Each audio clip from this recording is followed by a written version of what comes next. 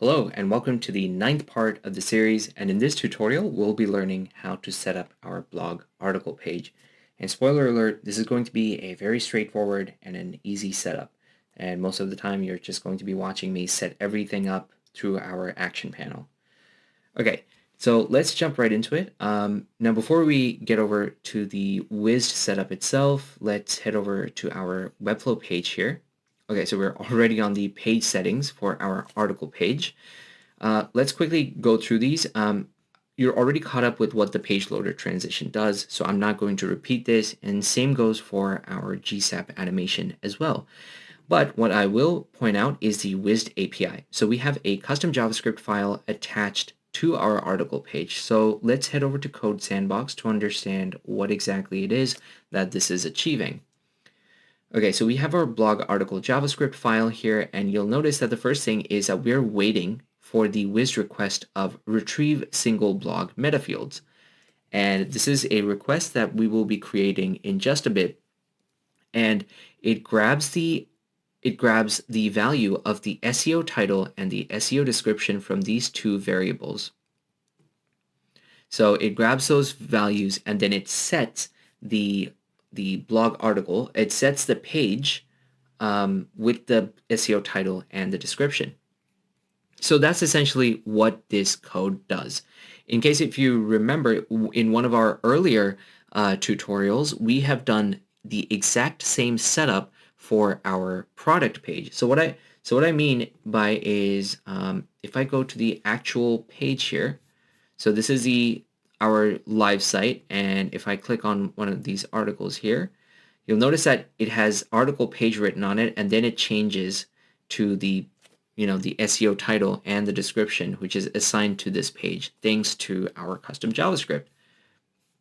Okay, perfect. So now with that, what we're going to do is head over to Wized and start setting things up. So first on the list, because we mentioned that we are going to be creating two variables, I'm going to go ahead and create our first one, and we're going to call it blog SEO title. You need to make sure that this matches up with the one that we have on our custom code.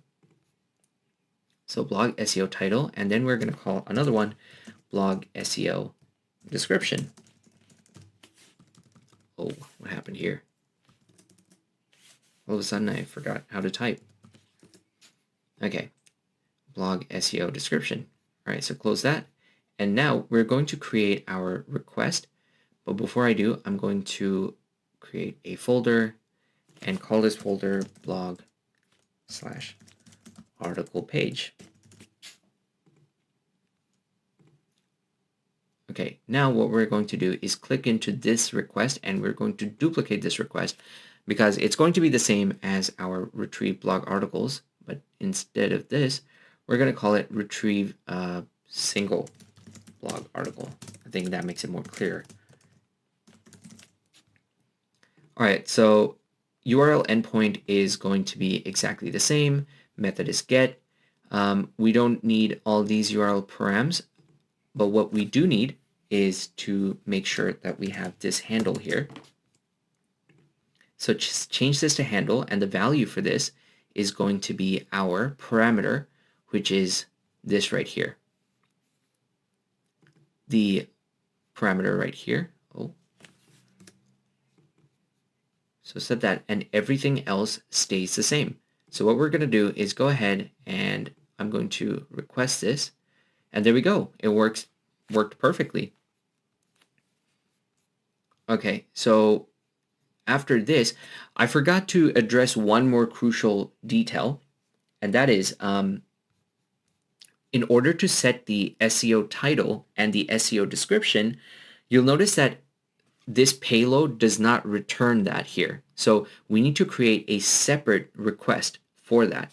So what I'm going to do is I'm going to duplicate this again and put in retrieve single article meta fields, because the SEO title and description are actually meta fields according to Shopify. So that's why we're calling it meta fields. The URL endpoint is going to be something different.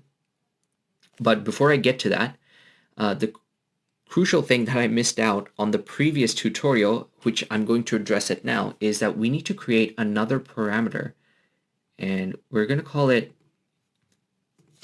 article ID. So we need to grab the article ID alongside with the with our why is it called product? Oh yeah, article ID alongside with our article handle. Sorry there, I got a little bit confused there for a second. Okay, so once we've created this, I'm going to close this, and we need to make some adjustments to our blog here, specifically to the set blog link. So what we're going to do is actually, in order for this to work, the best way to do this is if we go back to our blog page,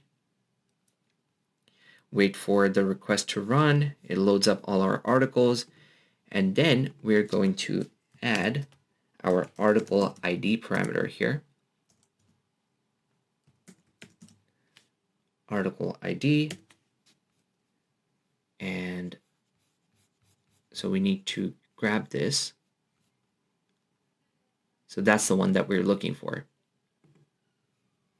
And we need to change this to v index. All right. Okay, so we're going to reload this page. And let's click into this article right here and see if this is working. Okay, perfect. So we're grabbing both article and article ID. Now, using this article ID, we should be able to retrieve our meta fields. All right. Okay, so it's right here. I did not change these folders properly. Okay. So assign it to the correct folder and assign this to the correct folder as well. And there we go. Okay, so with the meta fields, now we need to adjust our URL endpoint. I already have this on my notes, so I'm going to go ahead and copy that and paste it in here. Perfect. So amazing. It's showing the right string here. That's great. Okay, so for the URL parameters, instead of handle, we need to change this to limit, and we're going to use 250, so which means that we're going to grab 250 fields of meta fields, basically. Other than that, I think everything's going to be the same, but we're going to reset the trigger. We don't actually need a trigger here, which also reminds me that for the retrieve single blog article, we need to change the trigger here. And let's switch the X-ray on. I'm going to trigger this based on our blog article image here. So that's what we're going to do. Blog article image. And what we're going to do is we're also going to create an after request that once this is done, we want to retrieve the single article meta fields. And I'm going to copy this.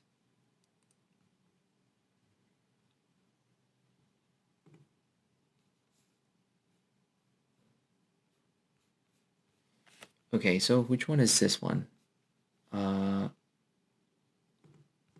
Retrieve single blog article. It doesn't seem to be grabbing the body, which is interesting. Oh, there it is. That's the body. Found it. Okay, perfect. Now what we need to do is copy this here. Add this to the conditional. Of course, our bug is back.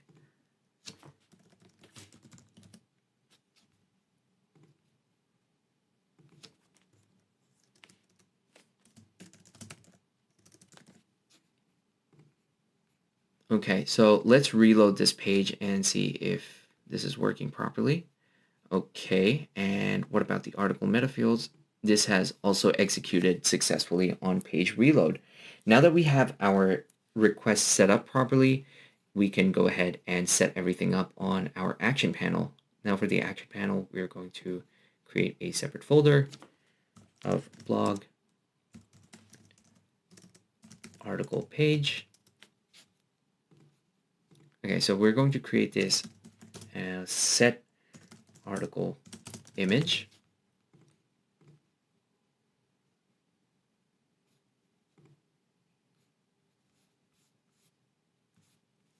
Ah, shoot. Okay, I think it would be best if I actually refer to this from WEBFLOW. So this is blog article image. Okay.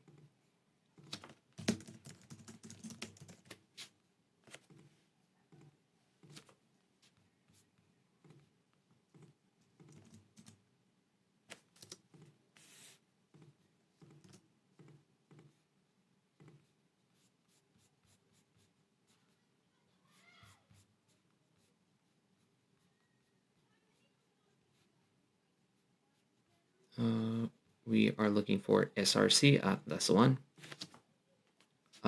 Okay, so yeah, we don't actually need to put in v index, so that's fine. We need to put in another.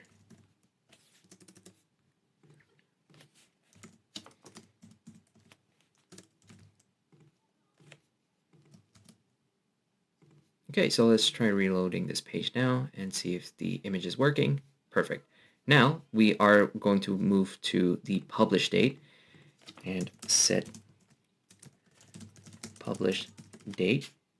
So what we're going to do is blog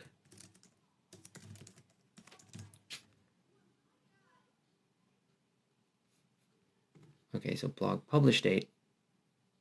We're going to copy the formula that we previously applied to our publish date here.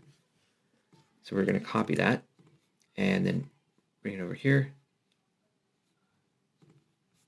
So set text, plain text, and then bring this over here. Change this to 11, and there we go. So let's reload this page one more time just to check if this is working. So is it September? Oh, it's not. Okay, so I think I might have the wrong element here. Oh, blog article publish date. That is my bad. Blog article publish page. Okay, so it should work now. Okay, now let's duplicate this one more time and set article name. X-ray blog article header.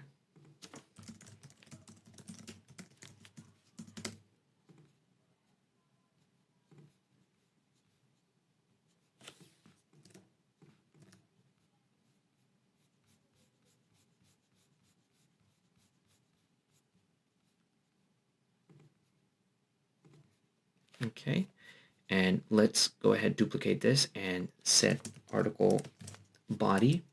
So this is the rich text. Let's switch the X-ray on. Okay, blog article body. All right, now for the rich text, I think we might have to change this to HTML because that's how the request returns the data. So this is the one right here. So it grabs that and then our Webflow rich text element will translate that properly. So let's refresh the page and there we go. It's working beautifully. Now what we're going to do is preview this page and see if this is SEO title and description is working, which it's not. Oh shoot, I think I just remember why that is, because we need to create an after request. So we need to set this variable. Okay, so let's do that. Blog SEO title and